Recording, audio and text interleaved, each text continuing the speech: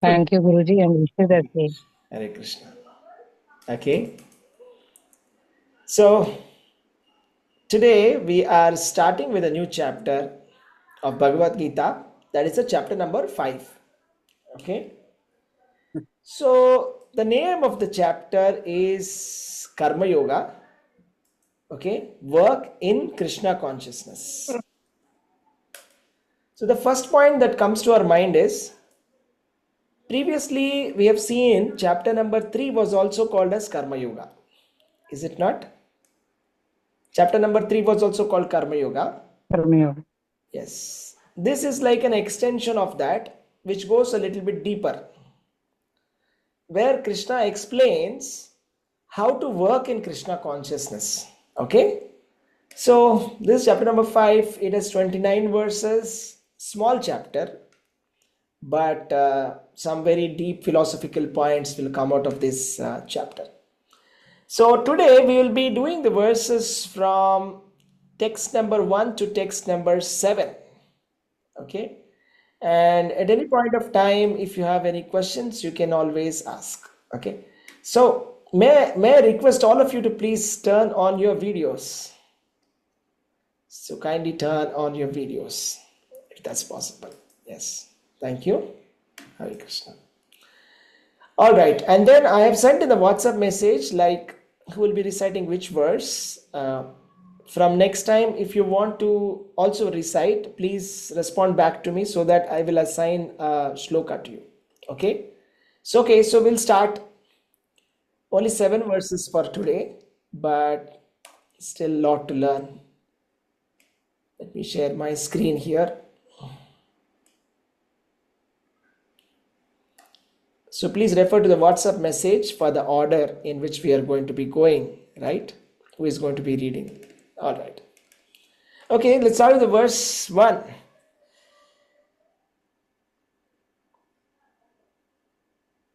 Manjula Mataji is here. Manjula Mataji, Hare Krishna. Manjula Mataji wanted to read.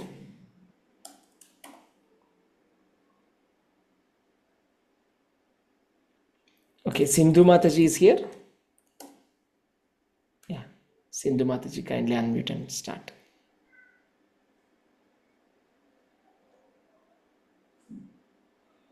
Okay. Hare Krishna Prabhuji. Hare Krishna, yeah, go ahead.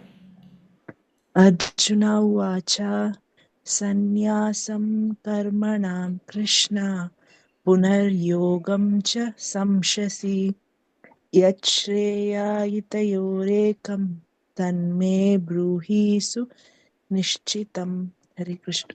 Translation. Arjuna said, O Krishna, first of all, you ask me to renounce work, and then again you recommend work with devotion. Now will you kindly tell me definitely which of the two is more beneficial? Hare Krishna. Hare Krishna. So I think this is a very nice question, isn't it? Because Arjuna is asking very clearly, okay, can you tell me which of this is better? So sometimes we get confused between two decisions, right? Two paths. You can either take this path or the other path. You can take either this decision or the other, and we are totally lost, confused, right? Sometimes it happens that the students, they want to decide what they want to study in the future. So sometimes they say, okay, I want to take computer science. Okay, somebody says not computer science. I wanted to go. I want to become a CA, something like that. And then this confusion becomes very worst, right? Especially when we don't have clarity. So, but if we can have a guide who can give us that clarity, okay, if we can have some person, okay, if we can have a guru who can answer all our questions perfectly with clarity, who knows our strengths very well and understands that, okay, this is perfect for you, this is very good for you. If there is somebody, it will be very nice, right? So I'll just go to such a person and surrender and say, okay, I have thought about this enough now. I don't know what is best for me. You tell me, right? What is better for me? Which one is beneficial for me? That's what Arjuna is asking. So he's saying, Sanyasam karmanam Krishna, punar yogam cha samshasi, yachreya etayor ekam, tanme bruhi sunishchitam. Please tell me very clearly which one is better for me.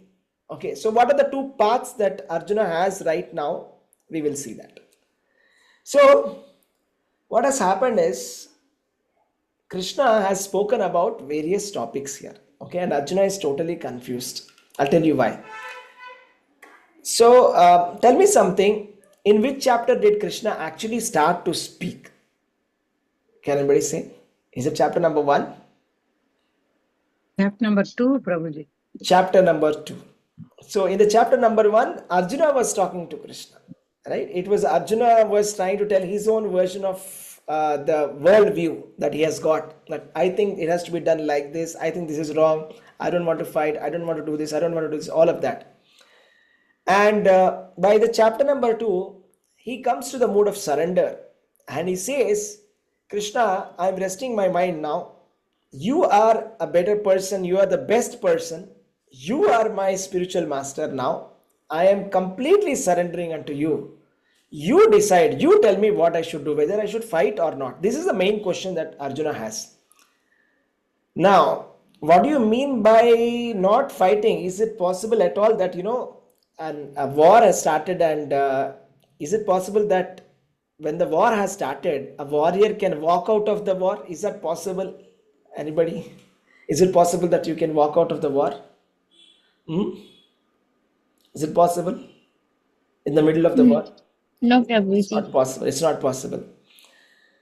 Unless, he gets some kind of extreme detachment, right? Sometimes, detachment comes out of frustration. So, extreme frustration comes detachment. So, that kind of detachment is possible where somebody can say, forget it, I'm not a warrior now. I'm just going home. Right? Happens, right? So it's like, okay, I'm just resigning my job. I'm no longer a warrior. I'm going home. That's it. Something like that. So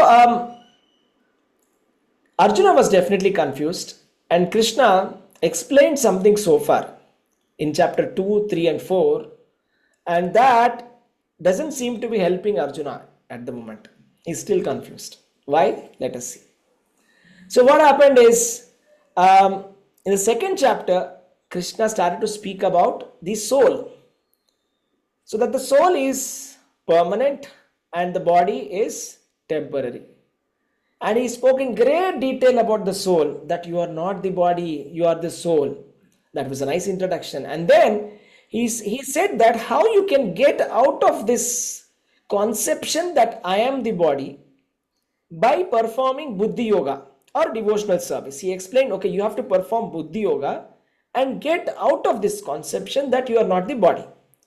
That part is clear. Okay, so far Krishna is saying, I'm not the body, I'm the soul, and I have to perform devotional service and come out of this material engagement. Okay, so far it's clear. And in chapter number 3, Krishna explains and says that a person who is situated on the platform of knowledge doesn't have to do any duty at all. This is further confusing.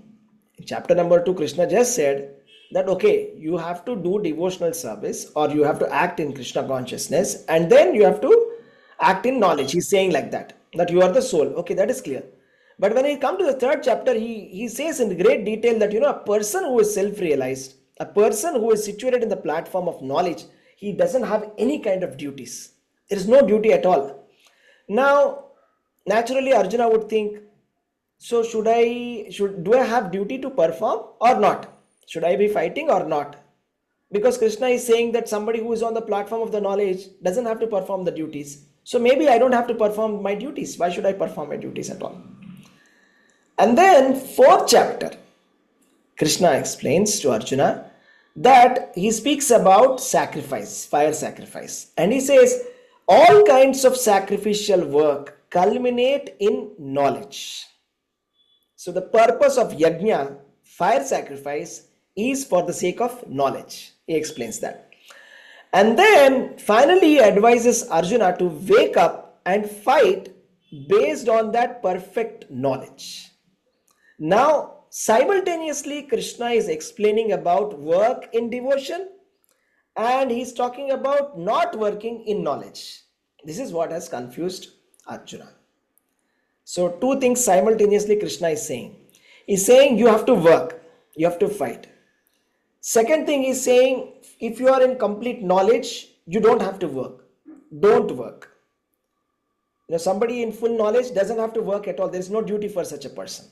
This is what is confusing, that Arjuna is not able to understand this point. That how is it possible that I can work and not work at the same time? Right? So anybody wants to take a guess? How is it possible to work and not work at the same time? Is it possible to work and not work? Yes. When we work in Krishna consciousness, Prabhuji, that means Okay. we are not doing any work.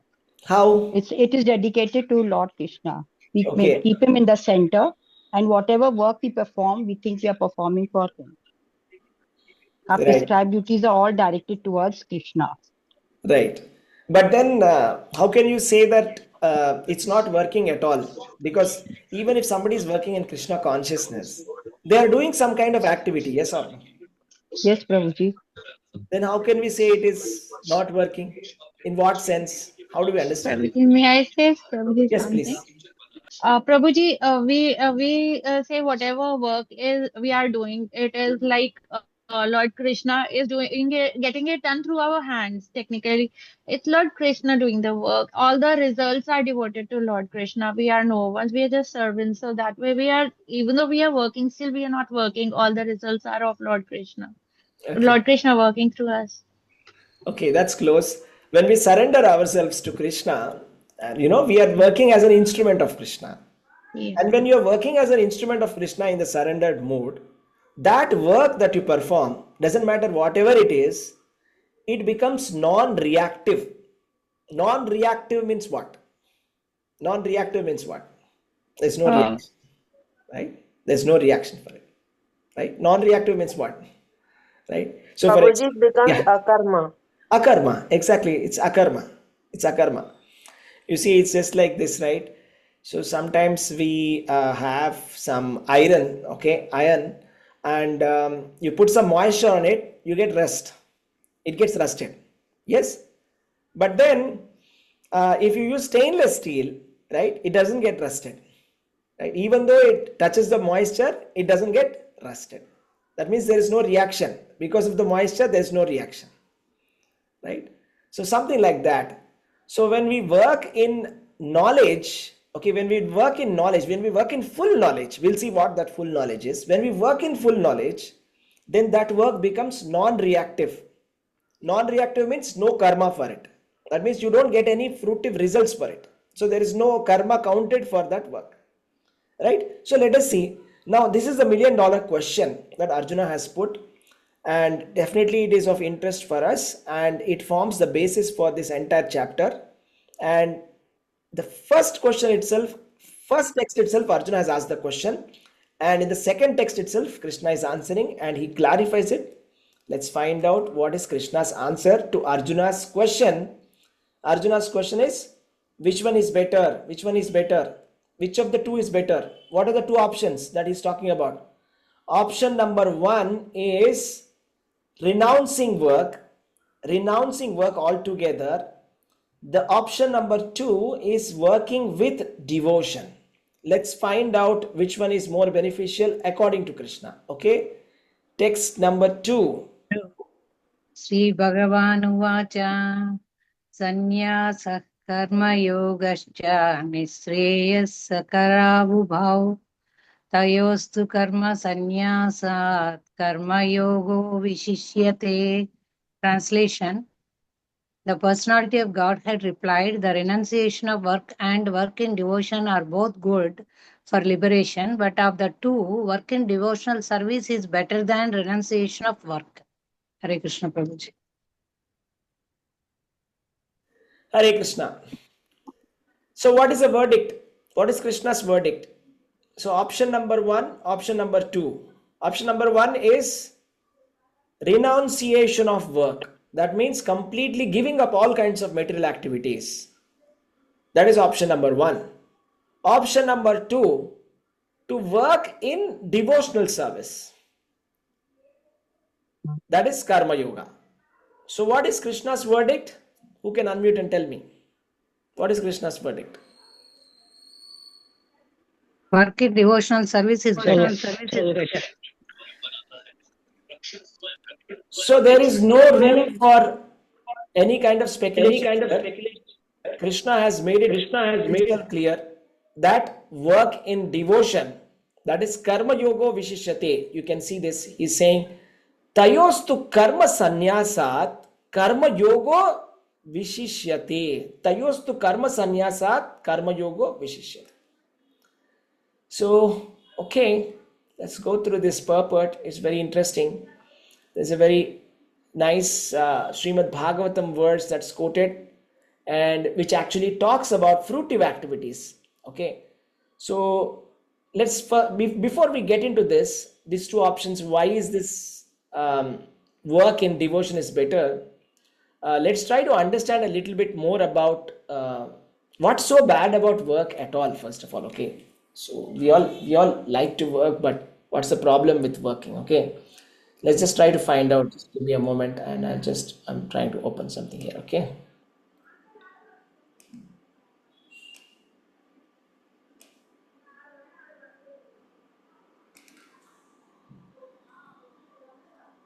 Okay.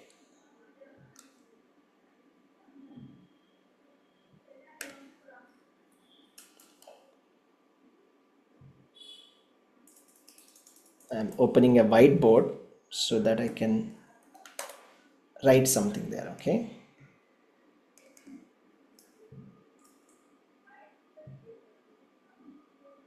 Okay. Right.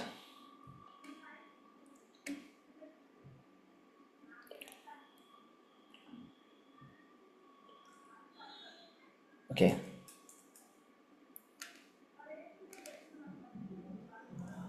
Let's see this. So the verse that's quoted here is a very nice verse. This is often quoted by Srila Prabhupada. Okay, this is from Srimad Bhagavatam. It goes like this: Nunam pramatta kurte vikarma yadindriya pritayapnoti nasadu manye yatatmanoyam asannapi kleshada asateha. There are two more verses. Let's just read this translation. So I want somebody to help me, anybody to help me to read this translation here, okay, from here to here. From here to here. Please read. Yes, please. Screen is Prabhuji, not the share from screen. here, please. Okay, thank you. Yeah, please read this. May I read, Yes, Prabhuji? yes, please.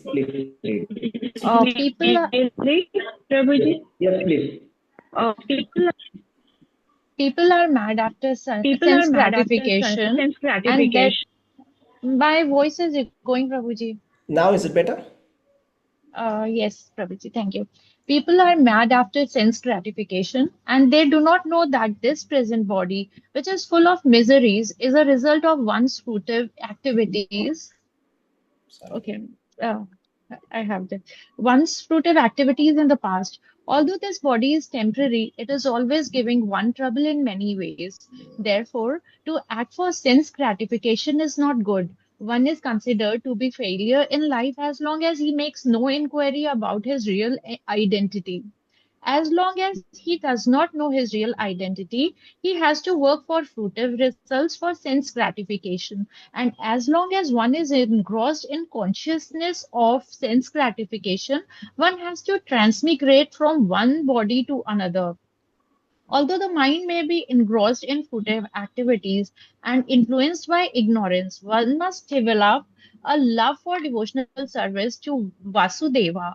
Only then can one have the opportunity to get out of the bondage of material existence.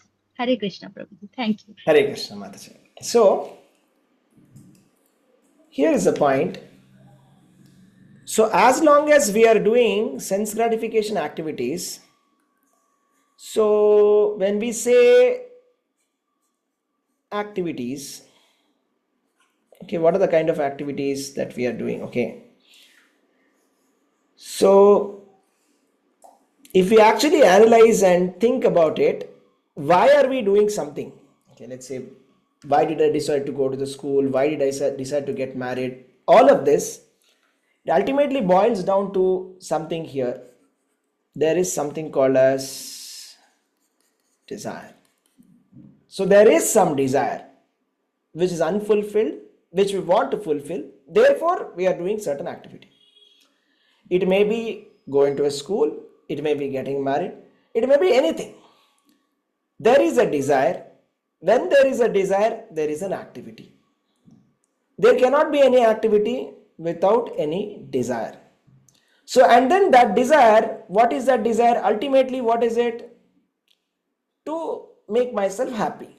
So ultimately, that you can say that as, to keep my senses happy.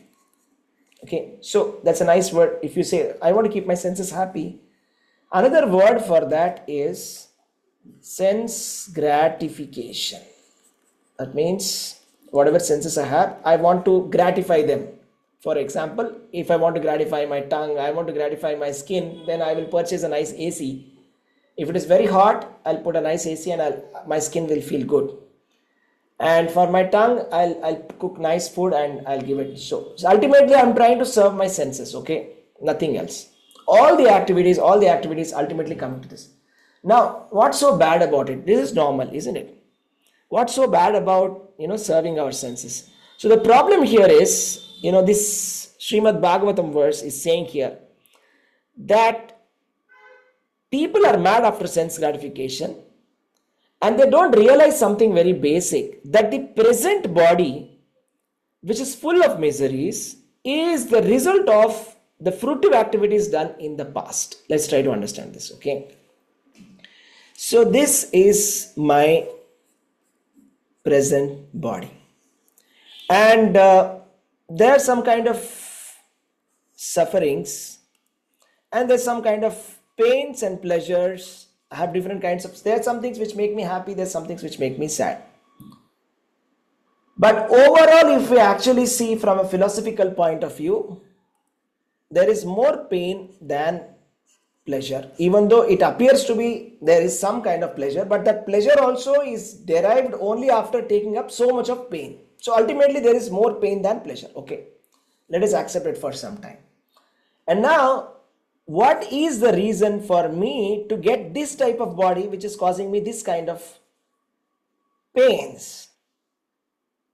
So the situation which I am in, the kind of body that I have, or the genetic kind of inheritance that I have for my body, will cause me to get certain kind of diseases, or to have certain kind of attitude, or to have certain kind of situation which I have to handle, which is causing me troubles.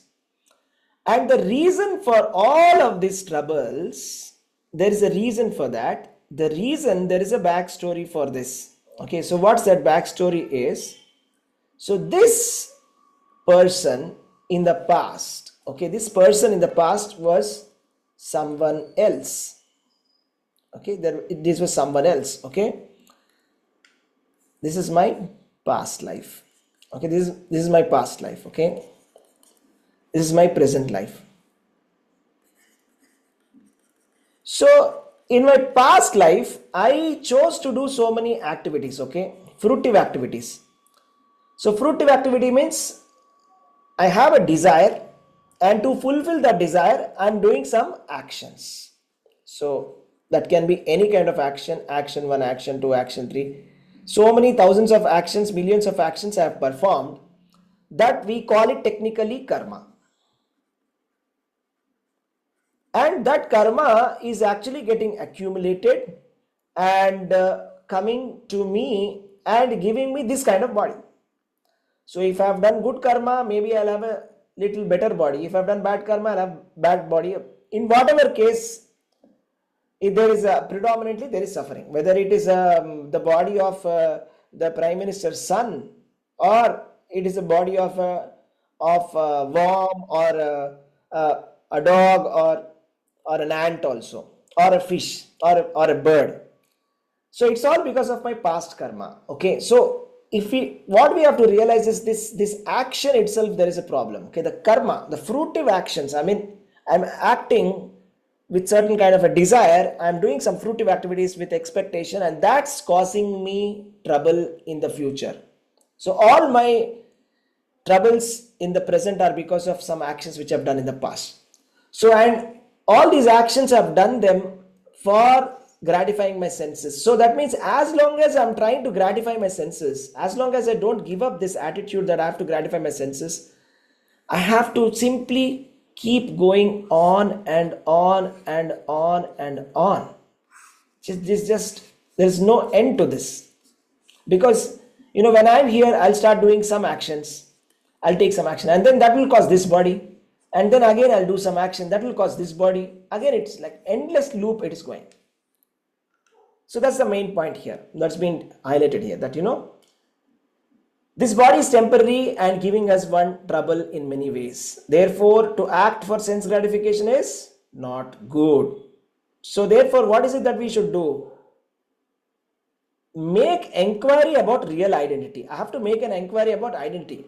So now the question is, so let us say these are all my past bodies. Okay, my name was, in my previous life, was Alex. Okay, or maybe my next name is Suresh. Okay, or say Bob, whatever. Okay, so the question is, who am I? Am I what I am today, or am I the future body, or am I the past body? I've got so many bodies. Who am I? Who am I? As per Bhagavad Gita, who am I? Who are we? Are we just the current body, or what are we? We are souls. We are the soul. Okay, so that means there is actually something called as the soul here. Okay, just for a, so let us say that this soul looks like this, just for a sample representation. The soul is remaining constant, the bodies are changing. It's the same soul moving forward from one body to another body to another body to another body, and so on. So we have to inquire about our real identity. As long as we do not know our real identity, we will be continuing to transmigrate from one body to another. Therefore, what is the solution? What is the solution? The solution has been given. So the problem has been explained in these two verses, that because we are acting for sense gratification, and because we are not inquiring about our real identity, we are continuously getting bodies after bodies. And the solution is here, that we have to it's here. See, although the mind may be engrossed in fruitive activities and influenced by ignorance, one must develop a love for devotional service to Vasudeva.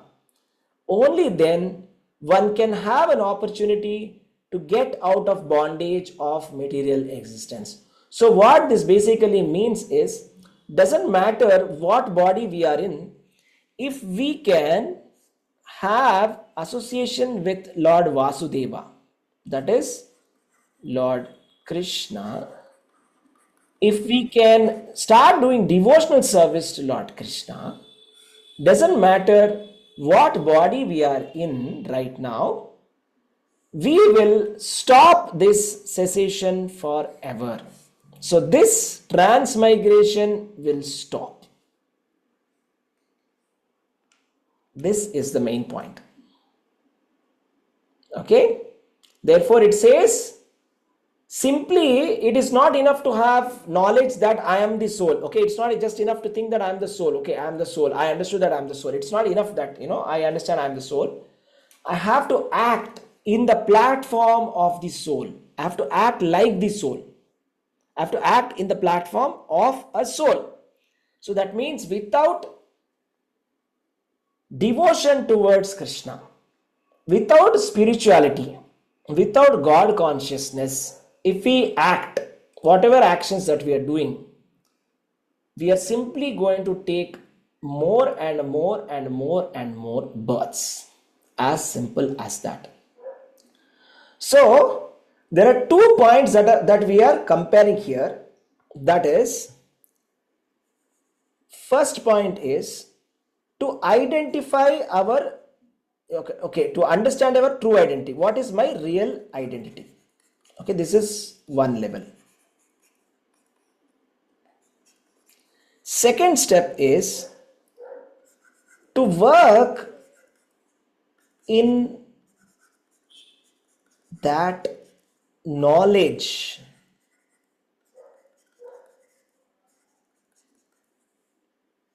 in that full knowledge about my identity,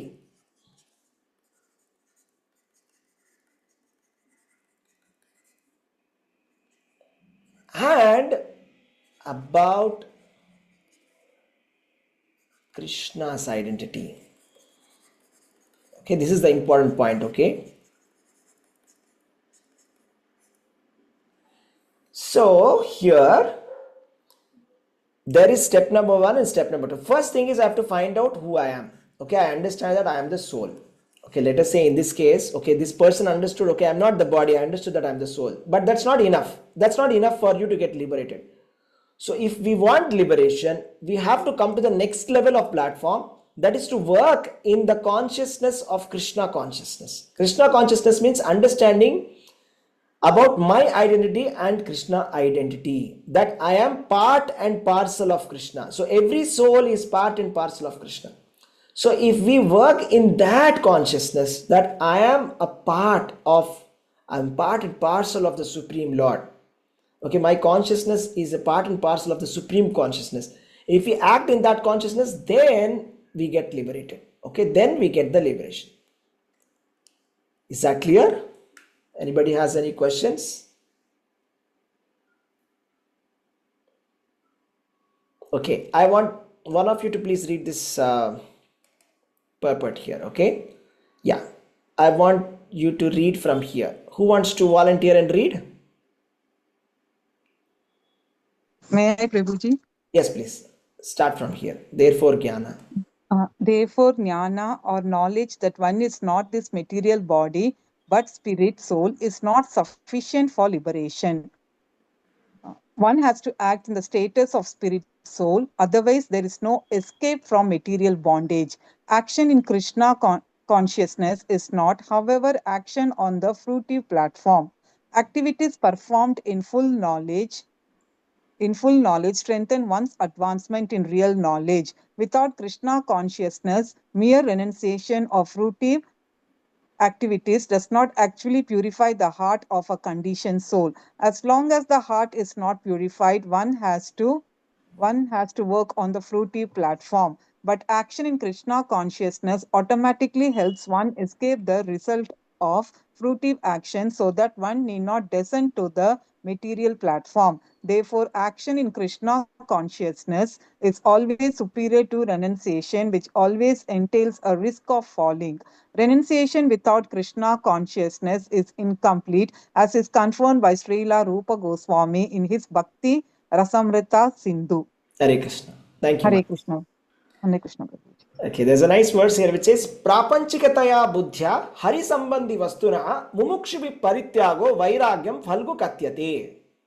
When persons eager to achieve liberation renounce things related to the Supreme Personality of Godhead, thinking them to be material, their renunciation is called incomplete renunciation. You see, incomplete renunciation. So, first of all, we have to understand that whom does everything belong to? Okay, there was a person who came to Srila Prabhupada and asked him that, can a person be a good person without Krishna consciousness, without God consciousness? Let us say he's an atheist, doesn't believe in God. He's not in Krishna consciousness, he's not in God consciousness, but he's a good person. He's not harming anybody, he's just doing his work. Is that possible? Then Srila Prabhupada answered him that, okay, let us say that, in a park, there, you find somebody's shawl. Okay, there's a desk there. Okay, there's some bench there. Okay, and you go and find a shawl. And then I take that shawl and start using that shawl without taking permission from the owner. I am not taking permission from the owner, nor am I acknowledging the owner that I am using your shawl and using it in a nice way, proper way. Is that a gentleman behavior? Yes or no? What do you think? No, no, Prabhu. Is it not considered as theft? Yes. It's thievery. Because I'm using somebody else's property as if it were mine, and I'm not even acknowledging that it's not mine. I'm not even giving credit to the person who has actually given me that. Think now you understand where I'm going towards. You see, the Ishopanishad says that everything belongs to God. Everything belongs to God. If everything belongs to God, then everything that we are claiming as ours also belong to God. So as long as we are claiming that this is mine, that is theft. What else is it? Because it is not mine. Nothing is mine. You just think about it. Okay, what is it that we manufactured? Okay, did we manufacture anything? We were born in our mother's womb. Our body was given by whom? Who gave the body? Who gave us this flesh? Krishna. Krishna, yes. Mother Earth. Okay, my mother, biological mother gave me this body, first of all. Correct? And who gave my mother this biological body? Her Material mother. nature. Yeah, material nature. Actually, material nature. I mean, I'm talking in a philosophical sense. In a philosophical sense, material nature is enabling my mother to be able to give birth. So, material nature has actually given the body. So, that means ultimately, material nature, my body belongs to the material nature, right? Because it is coming from the nature, and ultimately, it will be either buried or it will be burnt. In either case, it will be going back into the nature. Now tell me, what is mine in this world? Can you say? Just think about it. What is mine? So we are saying this is mine, that is mine, that is mine. We're saying, okay, this precious metal is mine. This phone is mine. Okay, this land is mine. So what is mine? Who is mine? What is mine? I came with nothing. Okay, and my body was also given by somebody, by the material nature. And my soul, the soul was given by God, Krishna. I'm part and parcel of Krishna. Nothing belongs to me, but I'm still claiming proprietorship over everything, saying this is mine, that is mine, and fighting over it, and saying I'm a very good person. What kind of gentleman behavior is that? Is that a good? Is that called a good behavior? Is that called a gentleman who doesn't even acknowledge that everything is given by God, right? So this is called as full knowledge.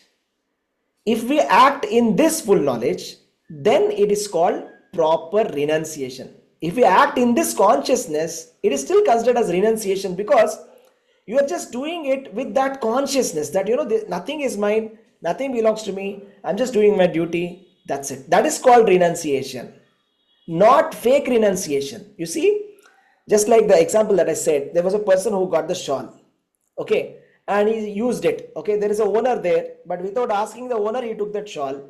For some time he used it, and later said, I am feeling so detached, I am renouncing this shawl. This shawl is not mine. Is that renunciation? Does it make sense? What's the problem with that? Can anybody say? What is the problem with renouncing something which is not belonging to me? What is? Hare Krishna Prabhuji, I got the Yes. point. Yeah, you got the point. Please explain. Yes. We are all just assuming that all these things are ours, and we are pretending to renounce it when it is actually not ours. Yeah, we pretended to renounce something which is not mine at all. I took that shawl on rent, okay, or I took that shawl from somebody, I found it, I'm taking it, and then I'm pretending to be, charitable, and I'm saying, okay, you can take it. Or I'm saying, I'm deeply detached now, I'm just giving up this shawl, right? Till the sense of ownership is there. Yeah, still a sense of ownership is there. I am not at all the owner of anything. Then where is the point of renunciation? Right? What will you renounce when there is nothing that belongs to you? Nothing belongs to us. There is nothing, absolutely nothing. Then what is it there to be renounced? Right? Including this body. Yeah. Including the body also is like given by the material nature. Mother has given it. Right? So that's what is the point. Okay. Renunciation. So that's why the point is, there are some people who try to renounce everything, including things related to Krishna also. They say that it is material. They say, okay, no, I don't want to do Krishna consciousness. I don't want to be attached to Krishna, because that is one kind of attachment. So I'm renouncing. So this renunciation is wrong, is what Rupa Goswami is saying in Bhakti Rasamrita Sindhu. Renunciation is complete when the knowledge that everything belongs to Lord, that no one should claim proprietorship of anything. One should understand factually, nothing belongs to me. Where is the question of renunciation? One who knows that everything is Krishna's property is always situated in renunciation. And when you understand that everything is Krishna's property, what should you do? Once we understand that everything belongs to Krishna, what should we do next? Should we simply sit there? No. We should employ it in the service of Krishna. Whatever we have, if we start employing our body, our senses, our family, our resources, everything in the service of Krishna, that is the correct, proper utilization of our things, our body, of everything. This is real renunciation. Renunciation is not stopping our work, but rather understanding everything belongs to God and utilizing everything that is given to me, including my senses, my intelligence, my body, my energy, everything in the service of that Supreme Almighty. Is that clear? That is what is Krishna trying to say here. Okay? It's not like how common man thinks that, there is a man who was like very, very detached and he left the world and went somewhere. That is not considered renunciation at all as per Krishna.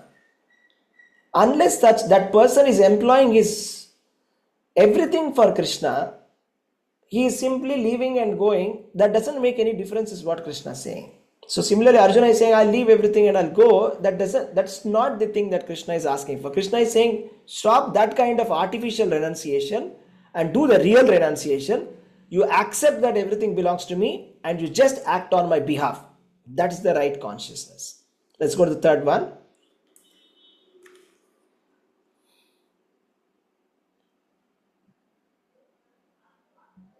Sumit Prabhu. Hare Krishna Prabhuji. Yeah. ज्ञेयः स नित्यसन्न्यासी यो न द्वेष्टि न काङ्क्षति निर्द्वन्द्वो हि महाबाहो सुखं बन्धात् प्रमुच्यते. Translation: One who neither hates nor desires the fruit of his activities is known to be always renounced. Such a person, free from all dualities, easily overcomes material bondage and is completely liberated. O mighty Arjuna. Hare Krishna Prabhuji. Thank you, man. Thank you, Prabhu. Hare Krishna. Let's read the purport also. It's short. Okay. Let's request verse number 3, right? Okay. Indra Hardas Mataji, will you be able to read the purport? Hare Krishna Prabhuji. Yes, please. Hello, Pranam. Anand Pranams. Purport by Srila Prabhuji. Srila Prabhuji ki jai. One who is fully in Krishna consciousness is always a renouncer because he feels neither hatred nor desire for the results of his actions. Such a renouncer, dedicated to the transcendental loving service of the Lord, is fully qualified in knowledge because he knows his constitutional position in his relationship with Krishna. He knows fully well that Krishna is the whole and that he is part and parcel of Krishna. Such knowledge is perfect because it is qualitatively and quantitatively correct. The concept of oneness with Krishna is incorrect because the part cannot be equal to the whole. Knowledge that one is one in quality and yet different in quantity is correct transcendental knowledge, leading one to become full in himself, having nothing to aspire to or lament over. There is no duality in his mind because whatever he does for Krishna. Being thus freed from the platform of dualities, he is liberated even in this material world. Hare Krishna. Hare Krishna. So this is very important point. Please note this. So for the one who is in full transcendental knowledge, understanding that he is part and parcel of Krishna, the Supreme Lord, for him there is no duality in the mind because whatever he does it for Krishna. Being thus freed from the platform of dualities, he is liberated even in this material world. So it doesn't matter whether we are in the material world, we are doing fruitive activities which are apparently based on desire. It doesn't matter, they are still non-reactive works because we understand that our position is I am servant of Krishna. I am servant of Krishna. So a quick one, let's just a quick philosophical point of view that we have to understand, that let's say here is the sun, okay? So here is sun, and then sun has got many rays. We can't see your board, Prabhuji. Yes, thank you. Hare Krishna. Hare So Krishna. here is sun, and then we have so many sun rays, okay? Right? How many rays does the sun have? How many rays does the sun have? Infinite. Infinite, yeah. Okay. So if you see this sun as Krishna, okay, that is God, then this ray, sun ray, each of the sun ray is the living entity. That is Jiva. So that means we are all part and parcel of the whole. So this is the whole, we are a part of it. But if you ask, okay, is the sun ray same as sun? Yeah, it is qualitatively. One single ray, if you say, is this sun? Okay, if this rays enter into my house through, okay, this is my house. Okay, this is my window. And then if this sun rays enter into my house becomes enlightened. Okay, there's light here. So light enters into my house. So it's as good as sun coming in, but it's not really the actual sun coming in. We don't think that it's actually the sun, but it's some kind of a representative of sun that has come inside. Okay, so that is called as the Achintya Bheda Abheda principle. It's not possible. We can't say, one sun ray is same as the sun, nor can we say sun ray is not different from sun. Nor can we say that sun ray is not sun. It's both at the same time possible. That is called quantitatively. So if you see quantitatively, we are different. We are very minute. Okay, but qualitatively we are same. So this philosophy is called as Achintya Bheda Abheda principle. Okay, another quick example. I'll explain, you'll understand this better. Let us say that this is ocean, okay? Here is ocean, okay? And this is the shore.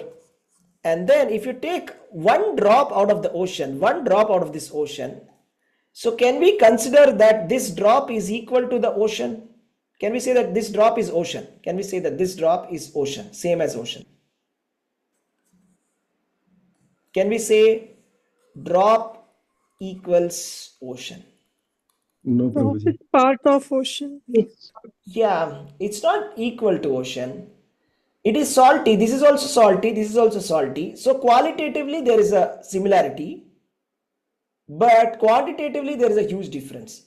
Similarly, every living entity and Krishna, qualitatively we are all Sachidananda. Krishna is also eternal. I am also eternal.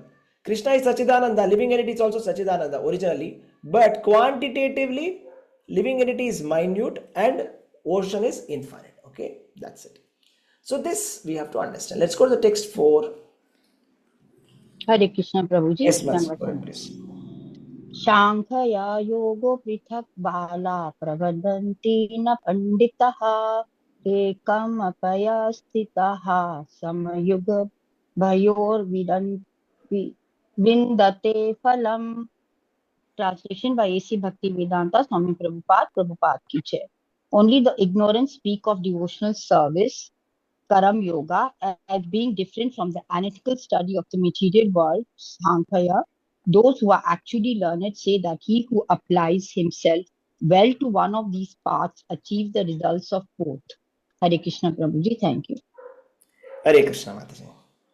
So here there is a comparison that's been made between Sankhya Yoga and Karma Yoga. Let's try to understand what's that. Sankhya Yoga and Karma Yoga, okay? So first we'll have to understand what's the meaning of each of this first. So there's a comparison that's been made about, okay, one is Sankhya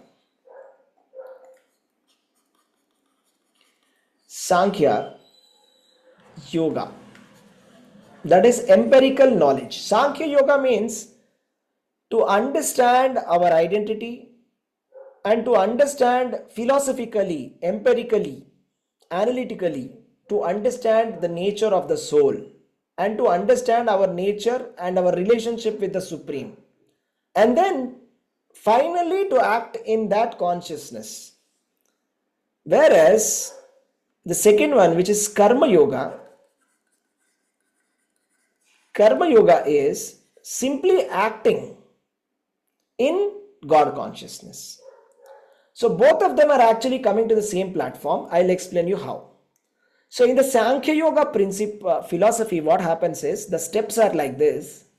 So a Sankhya Yogi is, first of all, he renounces the material activities, and then he goes to a spiritual master, and then he studies the Vedic literature like Upanishads, Vedanta, etc.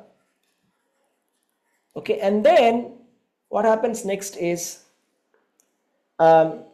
he will try to analyze the world, analyze the difference between matter and spirit. Okay, so analyze the difference between matter and spirit. Okay, and come to a conclusion that the Supreme Lord is Lord Vishnu. To understand that Vishnu is the source of everything. Comes to this conclusion finally that Lord Vishnu is the Supreme, and then he starts to serve Lord. Okay, this is Sankhya Yoga. Got it right? So a Sankhya Yogi, so Arjuna was wanting to do this. Arjuna wants to not fight the war and wants to become a sannyasi and wants to read the Upanishads, Vedas, tries to understand difference between what is a matter, what is spirit, tries to analyze that, okay, I'm not the material, I'm not this body, I'm the spirit soul, and my activity should be spiritual, and then try to understand what is the root of this universe, analytically try to come to the final conclusion that Lord Vishnu is the root of everything, and then serve Lord. So Karma Yoga is a direct process, act in Krishna consciousness. So that is serve God. So you do your work as a service to God. So here this took many steps here. 1, 2, 3, 4, 5, and then finally came to the 6, came to the conclusion. So here it's like you directly come to the conclusion and directly serve the Lord. So what Krishna is saying here is Sankhya Yoga Pritak Bala Pravadanti na Panditaha Ekam Apyastita Samyak Ubhayor Vindate Phalam. Those who are actually learned say that he who applies himself well in one of these paths achieves the results of the both. So the result is the same. The conclusion is the same, to serve Lord, to serve God. That is the final conclusion. Either you go in a roundabout manner or you go straightforward way. See, it's like, you want to go from one place to another, right? For example, like you are here on the map, okay, you're here. You want to go here. So you can either go like this, right? Or you can go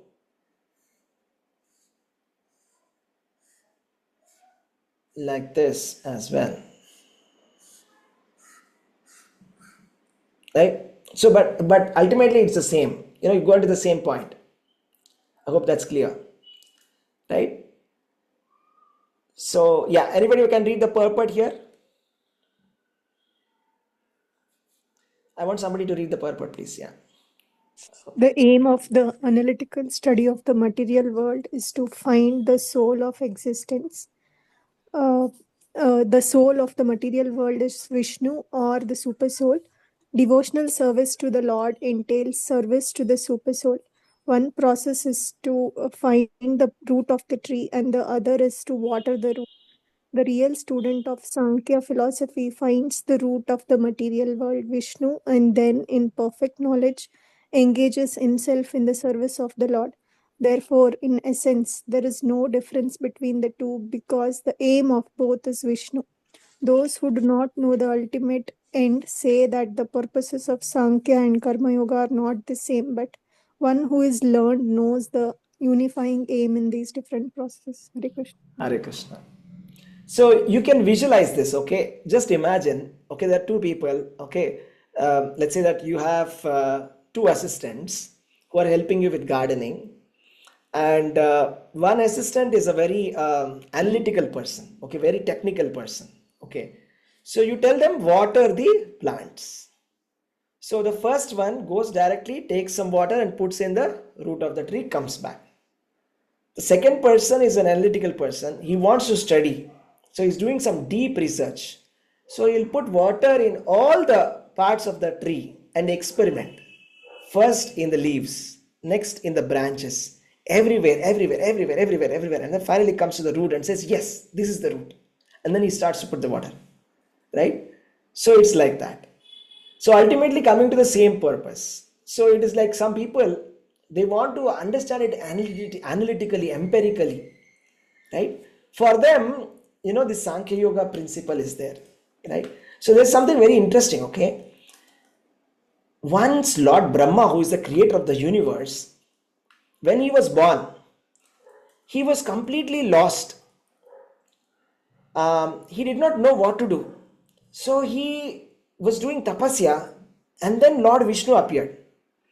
And after Lord Vishnu appeared, he asked Lord Vishnu that, my dear Lord, please explain who you are.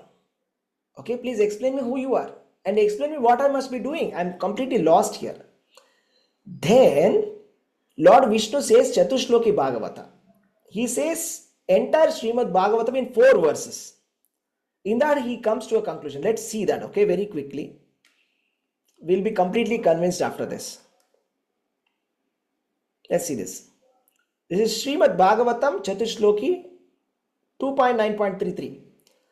Ahameva samevagre nanyadyat sadasatparam paschadaham yadechaccha yo vasisheta somyaham.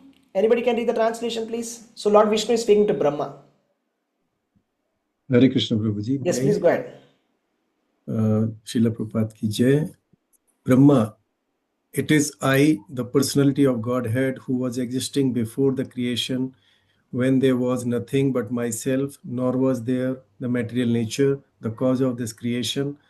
That which you see now is also I, the personality of Godhead, and after annihilation, what remains will also be I, the personality of Godhead. Hare Krishna. Hare Krishna. Very straightforward to follow, right? Lord Vishnu is saying to Brahma, before the creation, there was nobody except me. After the annihilation of the entire universe, there is nobody except me. Let's go to the next verse. Very big purport. Next, let's go to the next one. Yeah, please read this. Anyone? Yes, go ahead, Prabhu. One of you. Yeah, please. Sure. O Brahma, whatever appears to be of any value, if it is without relation to me, has no reality. Know it as my illusory energy, that reflection which appears to be in darkness. Hare Krishna. Hare Krishna. So if there is anything that we find that, okay, it's not related with Vishnu, if you say that, that means it is Maya. It is not true at all.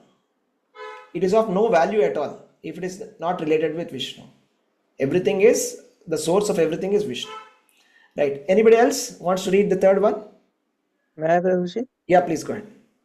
O Brahma, please know that the universal elements enter into the cosmos and at the same time do not enter into the cosmos. Similarly, I myself also exist within everything created and at the same time I am outside of everything. Hare Krishna, Prabhuji. Hare Krishna. So Lord Vishnu is saying, I am inside everything that is created. At the same time outside also. That is very surprising. We won't be able to understand this, okay? This is God's potency. He is inside also, outside also. Let's see the fourth one, conclusion. Who wants to read this? May I? Yes, please. Prabhuji? Yes, please. A person who is searching after the supreme absolute truth, the personality of Godhead, must certainly search for it up to this in all circumstances, in all space and time, and both directly and indirectly. Hare Krishna, Hare Prabhuji. Krishna. So what is Lord Vishnu saying here? Anybody who is looking for the Paratattva, Anveshana, that means you are searching for the absolute truth. Okay, you are like Sankhya Yogi is trying to do that investigation, right? You know, just like we sent one assistant of a gardener to find out and put some water. He's he's examining the leaves, he's examining the everything, all parts of the tree, and then finally coming to a conclusion. Okay, here is the root. Okay, this is what I should be watering. Like that, you know, Lord Vishnu here is saying, anybody who is searching for the absolute truth must search up to this point. This is the point. That's it. There's no point beyond. There's no knowledge beyond this point. What Lord Vishnu is saying. There's no knowledge beyond this. So the end for the absolute truth stops here. So a Sankhya Yogi finally comes to this conclusion only and then starts to serve the Lord. But it may take many lifetimes. Bahunam janmanam ante jnanavan mam prapadyate. It may take many lifetimes.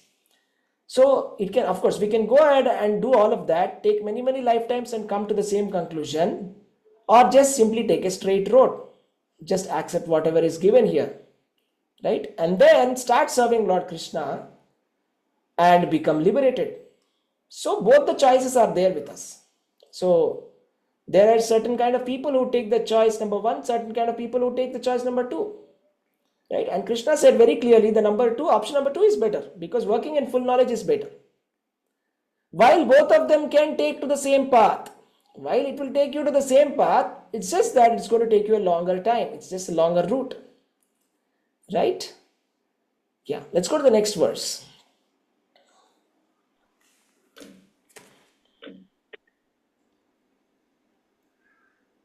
Premai, Mataji, right? Five, sorry, Praveen Prabhu. Hare Krishna Prabhuji. Hare Krishna. Chalo, Prabhu. Yat sankhye prapyate sthanam tad yogerapi gamyate ekam sankhyam cha yogam cha yah pashyati sapashyati. Translation: one who knows that the position reached by means of analytical study can also be attained by devotional services, and who therefore sees analytical study and devotional service to be on the same level, sees things as they are. Hare Krishna Prabhuji. Hare Krishna. So it's just that the same thing, okay? One who finds out the position reached by analytical study can also be attained by devotional service. So therefore, anybody who understands this understands the whole thing. So here it's been given the same thing, like, you know, in the process of Sankhya Yoga. Okay, let's read the purport also. Okay, anybody wants to read the purport who didn't get a chance to read? May I read, Prabhuji? Yeah, please. Please read. The real purpose of philosophical research is to find the ultimate goal of life. Since the ultimate goal of life is self-realization, there is no difference between the conclusions reached by the two processes. By Sankhya philosophical research, one comes to the conclusion that a living entity is not a part and parcel of the material world, but of the Supreme Spirit whole. Consequently, the Spirit soul has nothing to do with the material world. His actions must be in some relation with the Supreme. When he acts in Krishna consciousness, he is actually in his constitutional position. In the first process, Sankhya, one has to become detached from matter, and in the devotional yoga process, one has to attach himself to the work of Krishna consciousness. Factually, both processes are the same, although superficially one process appears to involve detachment and the other process appears to involve attachment. Detachment from matter and attachment to Krishna are one and the same. One who can see this sees things as they are. Hare Krishna Prabhuji. Hare Krishna Mataji, Dhanavad Pranams. So this is a very interesting point. So one is, we're talking about Sankhya Yoga and Karma Yoga, right? So here, what is being said here is this Sankhya Yoga process is a process of detachment. So when we speak about Sankhya Yoga, it is about, sannyasis, completely giving up everything, etc. It's a process of detachment from the material activities. And what is Karma Yoga? It is attachment process. Attachment to what? Attachment to fruitive activities. Is it attachment to fruitive activities? Is Karma Yoga attachment to fruitive activities? No, Prabhuji. No, Babuji. No. Krishna Attachment to consciousness. Krishna conscious Yeah, activities. attachment to Krishna. Okay. Detachment from Maya. So, it doesn't matter whether you take this path, detachment from Maya or attachment to Krishna, it is the same thing. When we start detaching ourselves with Maya, we naturally get attachment towards Krishna as a secondary step. So ultimately, it's the same thing that we're going to get. And when we start attachment towards Krishna, when we naturally start getting detachment towards Maya, both of them are, same. Let me explain once more. If we attach ourselves to Krishna conscious activities, naturally we feel detached towards this fruitive activities. We don't feel like, enjoying that. See, whatever earlier days, we used to go to some movies and watch some movies, gossip, all of that. We don't feel like doing it now because we are in Krishna consciousness now, right? So similarly, if somebody is trying to detach forcibly from Maya, over a long term, after a long time of practice, it is expected that he comes to the level of attachment to Krishna. That is the final goal. So nevertheless, the final thing is we should become completely attached towards Krishna. Completely attached towards Krishna. So something very interesting, talking about movies. So generally, Krishna conscious devotees don't watch movies. ISKCON people don't go to movies. But recently, I tell you something very interesting. In the recent Srimad Bhagavatam lecture given by our Guru Maharaj, His Holiness Jayapataka Swami Maharaj, last Saturday he gave a class. He was telling that, okay, there is a movie that is about to get released. Okay, and this is the first time Guru Maharaj is speaking about a movie, right? So before I complete that, I'll tell you another joke. Okay, so once Bhakti Vikas Maharaj, he wrote a letter to his disciples. He wrote a letter that, dear disciples, I'm giving you the list of all the movies that devotees can watch. And he wrote the letter. And then, okay, the devotees found the letter and they started reading it. And actually, they didn't see anything. And they wrote back and said, Guru Maharaj, you have written the letter, but the list is missing. Where is the list? Where is the list? Right? So Bhakti Vikas Maharaj said there are no movies at all. That's why I didn't mention anything. Right? So there's no movie at all which is worth watching for the devotees. Okay, so that was the joke there. And coming back to our Guru Maharaj speaking about this, he starts speaking about a movie. Okay, there's a Mahavatar Narsimha movie that's getting released. How many of you heard about it? This is a movie which is actually produced by the devotees. Okay, there's a lot of talk around it. So Guru Maharaj was saying, okay, now you have an excuse to go to the cinema halls. Our Guru Maharaj was saying. So there's a movie that's coming, Mahatar Narsimha, this 25th of July. So if you would like to watch, you can watch. It's actually produced by devotees and it's a devotional film. Okay, Hare Krishna. Let's get back. So what we are discussing here is, when you are doing Krishna conscious activities, naturally will not have interest in watching all these movies of Bollywood and Bollywood songs and all of that, right? Nor will be interested in dancing on a New Year party at midnight 12:30. But the devotees they will also be dancing at midnight on Krishna Janmashtami. On the Janmashtami day at 12 o'clock they will be dancing. But not on the New Year day. dancing wildly on the streets and wishing everybody, right? That won't be done. That won't happen. Because when you are attached to Krishna, you get detached to Maya. And when you detach to Maya, you come to the attachment of Krishna. It's the same thing. So Sankhya Yoga and Karma Yoga, they are working hand in hand like that. Okay. But when Arjuna asked which one should I pick, should I detach myself and renounce, or should I attach myself towards you and work? He said, please do the number second point. Okay, that's better. It's more beneficial. It's more beneficial. So for us also, it's more beneficial for us if we can increase our attachment to Krishna rather than trying to be falsely renounced and anything like that. Okay, instead of doing any kind of false renunciation or fake renunciation, it is just simply that we become more attached to Krishna.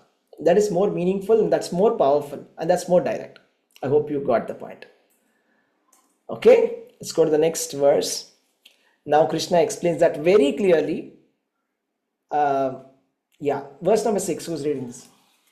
Hare Krishna Prabhuji. Yeah, please go ahead.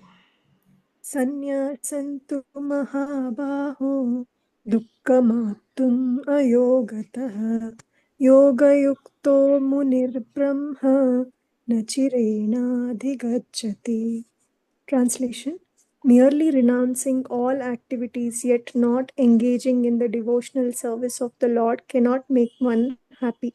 But a thoughtful person engaged in devotional service can achieve the supreme without delay. Hare Krishna Prabhuji. Hare Krishna. So, okay, let's just talk about this. Okay, renunciation and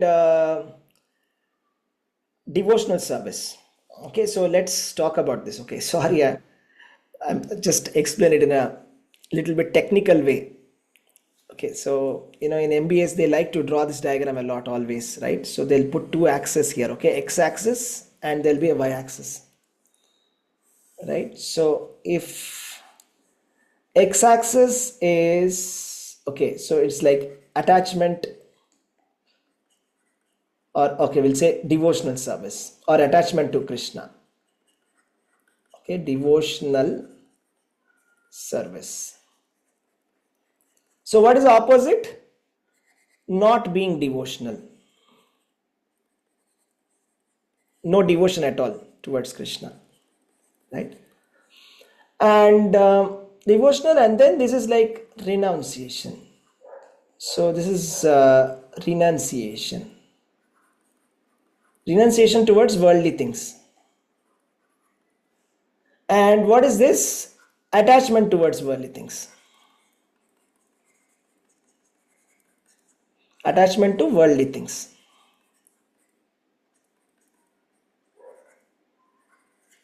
Now tell me, which quadrant is the best and which quadrant is the worst? So it is possible that somebody can be, okay, let's take, yeah, okay, let's call this Q1, Q2, Q3, Q4, something like that, okay? So what if there is somebody who is very renounced? He has completely left the world, but no devotion to Krishna. There is no devotion to Krishna. Is this good? This is bad. Okay, this is bad. That's what Krishna is saying. What is Krishna saying? Artificial renunciation without devotion towards Krishna is useless. Just see this. Merely renouncing all activities and not engaging in devotional service of the Lord cannot make one happy. But a thoughtful person engaged in devotional service can attain the supreme without delay. So whereas even if, let us say that there is a person who is attached, okay, he's not a renounced person, doesn't matter if he is attached to the worldly things, not yet completely renounced, he's still like a grihastha, householder, whatever it may be, but he's engaged in devotional service. This is still good because this person will attain Krishna. Okay, whereas this person who is actually renounced but not devotional will not attain Krishna. So what is very important is to be on this side, to be doing devotional service. You may be a grihastha, okay, this person is like a householder, okay, or you may be a Vaishnava sannyasi, okay, there are so many sannyasis, right, in our society, Vaishnava sannyasis. Okay, both of them good. They will both go back to Godhead. But a Mayavadi sannyasi who is not devotional, who doesn't have any devotion towards Krishna, and a materialistic person, this is a materialistic person, am I right? Both of them will not attain Krishna.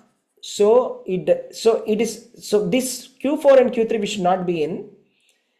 We should not be either a materialistic person attached to worldly things, not being devotional, nor we should be thinking, oh, okay, I got full renunciation, I don't want anything, I give up everything, I don't want Krishna also, Krishna is also attachment. Mayavadi. Both of them will not go back to Krishna. Whereas these both, who has completely given up everything for the service of Krishna, or somebody who has not given up everything for, but still serving Krishna in a household way also will go back to Krishna. Is that clear? Is that clear? Yes, Prabhuji. Okay. So let's go to the next one, verse number 7. Hare Krishna, Prabhuji. Yes, please go. Text 7. Yoga yukto vishuddhatma vijitatma jitendriya sarva bhutatma kuruvannapi na lipyate. Translation: one who works in devotion, who is a pure soul, and who controls his mind and senses, is dear to everyone, and everyone is dear to him. Though always working, such a man is never entangled. Hare Krishna, Babaji. Hare Krishna. So what is important is, you cannot measure people's spirituality based on whether they're working or not. Okay, let us drop this. This is one of the misconceptions which Krishna is breaking. This is one of the kind of thoughts that, mindset that common man has, that, spirituality means give up everything. Krishna is breaking that mindset. He's saying that's not the main point, you giving up anything. It's not about not working. It's not about just simply sitting and, meditating and doing nothing. No. You can continue to do whatever you're doing. You can continue to do whatever you're doing. But work in devotion. Right? Yoga yukto vishuddhatma vijitatma jitendriyaha. Conquer your senses and mind and work. That's what he's saying to Arjuna. You get up and fight. You control your mind, you control your senses, you do your activity. You are a Kshatriya, you fight. Doesn't matter. Okay? Even if you are fighting, you are killing thousands of people also, there's no karma to you because you are fighting in Krishna consciousness. You're fighting in that consciousness, spiritual consciousness. Okay? That's the point.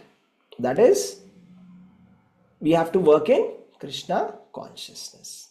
Okay, let's stop here. Anybody has any questions? In the next class, we will go in a little bit more deeper and Krishna will explain with very nice examples. Okay. Yes, Praveen Prabhu. Yes, please ask the question. Thank you, Prabhuji, for the wonderful class. Prabhuji, in previous 2-3 verses, you were telling like, in fact, last example you gave, Prabhuji, on the diagram thing, that we can still be attached to the material things, and if we are in Krishna consciousness, then we can still attain Krishna. Yes. So this sounds little conflicting, Prabhuji. If we are basically not giving up like material things, we are still attached to, we have moha in that sense. I'm thinking from the moha perspective, Prabhuji, then how it is possible to attain Krishna? Yeah, I'll tell you a simple example. Okay, Pandavas, right? Were they all sannyasis or householders? Pandavas. Householders, Prabhuji. Householders, right? And Arjuna, how about Arjuna? How many wives did Arjuna have? 2, Prabhuji? 4. 5. 4. 4. 4 wives. Arjuna 5. had 4 wives. Krishna had 16,108 wives. Right? Of course, Krishna is Supreme Personality of Godhead. And here Krishna had 1,60,000 children. Right? But he is not in an attached point. He's not attached. Whatever duty he's doing is not attached. Right? He's doing it as a duty. You see, if you see the Mahajanas, right? There are 12 Mahajanas, right? So in the 12 Mahajanas, some of them are householders, some of them are not. You see, for example, out of if we see the names, Brahma, Narada, Lord Shiva, four Kumaras, Kapila, Manu, Prahalad, Janaka, Bhishma, Bali, Shukadeva Goswami, Yamaraj. Out of these, I'll tell you how many of them are householders who are doing household duties. Okay, Lord Brahma and Lord Shiva and Swayambhuva Manu, Prahalad Maharaj, Janaka Maharaj, and Yamaraj. That is 6 of them, right? Shukadeva Goswami was renunciate. Bhishma Pitama was brahmachari, but still he was engaging in, he was not a sannyasi, isn't it? Bhishma Pitama was not a sannyasi, yes or no? No. Kapila was like renounced. 4 Kumaras were completely renounced. Narada is completely renounced. So what do you understand from this? So all of these are Mahajanas. They are all obviously like, the great masters of Bhakti Yoga. So they're telling us one lesson. What's that lesson? What's that lesson that they're teaching us?